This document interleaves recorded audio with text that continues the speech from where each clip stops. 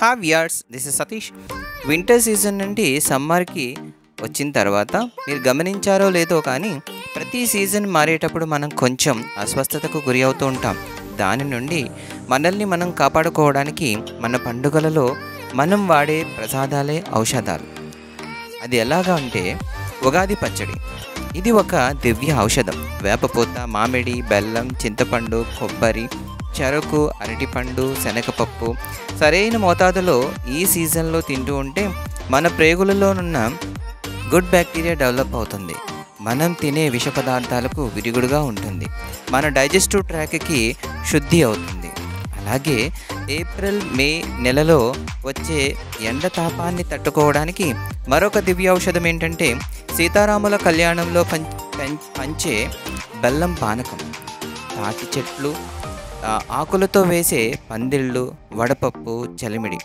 ఇది ఎలాగంటే మనం ఎండలో ప్రయాణం చేసేటప్పుడు ఎన్ని కూల్ డ్రింక్స్ తాగినా ఇంకా తాగాలనిపిస్తూ ఉంటుంది. మరింత దాహాన్ని పెంచుతాయి. పైగా దీనిలో వాడే పదార్థాల వలన మనకు జీర్ణాశయం సమస్యలు వస్తున్నాయి. దీనికి బెల్లం పానకం దివ్య ఔషధం. ఎందుకంటే దీనిలో చక్కని మంచి బెల్లం, మిరియాలు, యాలకుల పొడి వీటిని సరైన పాలల్లో కలుపుకొని ఈ 2 నెలలు వాడుతూ ఉంటే ఈ ఎండ తాపాన్ని పిల్లలు, పెద్దలు తట్టుకోవచ్చు. శ్రీరామనవమి నాడు మాత్రమే కాకుండా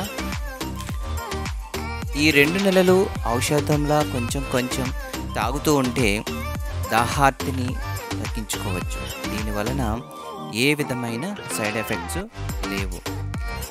బెల్లం వలన తీపిని, మిరియాల వలన వేడిని, యాలకులు చలువ చేస్తూ ఉంటాయి. బెల్లమే తింటే తీపి చేస్తుంది, ఒట్టి మిరియాలే తింటే వేడి చేస్తుంది, యాలకులు మాత్రమే తింటే చలువ చేస్తుంది. ఈ 3 సమపాళల్లో తింటే మన జఠరాగ్ని బాగుంటుంది. మన శరీరంలో ఎంతో ఆరోగ్యం పొందుతుంది. అలాగే వడపప్పు కూడా. దీన్ని పెసరపప్పు నానబెట్టి తయారు చేస్తారు. ఇందులో ఈ విటమిన్ ఉండడం వల్ల మన శరీరాన్ని ఎండ నుంచి రక్షిస్తుంది. మన ఫేస్ గ్లోగా ఉండాలంటే ఉదయాన్నే ఈ వడపప్పుని పటికి బెల్లం కలుపుకొని తింటూ ఉంటే మన ముఖం ఎంతో కాంతివంతంగా మారుతుంది. కడుపులో హాయిగా ఉంటుంది. సో వ్యూయర్స్, మన సాంప్రదాయాలన్నీ మన ఆరోగ్యానికి సూత్రాలే. కాబట్టి మనం పాటించి మన పిల్లలకు అలవాటు చేద్దాం. తద్వారా ఆరోగ్యవంతమైన కుటుంబాలుగా మారదాం. Thank you for watching. Please do subscribe for more videos.